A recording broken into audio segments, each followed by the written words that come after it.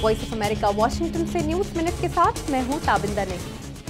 रूस के सदर पुतिन ने अमेरिका पर फुटबॉल वर्ल्ड कप की ऑर्गेनाइजिंग बॉडी फीफा के मामलात में मदाखलत का इल्जाम आयद किया है।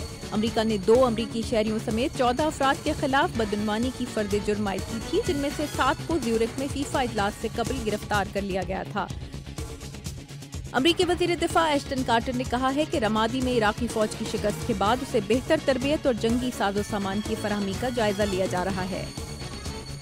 शाम में सरगर्म अलकायदा की शाख के रहनुमा अबू मोहम्मद अल जुलानी ने अल जजीरा को एक इंटरव्यू में कहा है कि अल नुसरा फ्रंट मगरबी अहदाफ पर हमलों का इरादा नहीं रखती, लेकिन इत्तेहादी हमले जारी रहे तो वो बदला ले सकते हैं।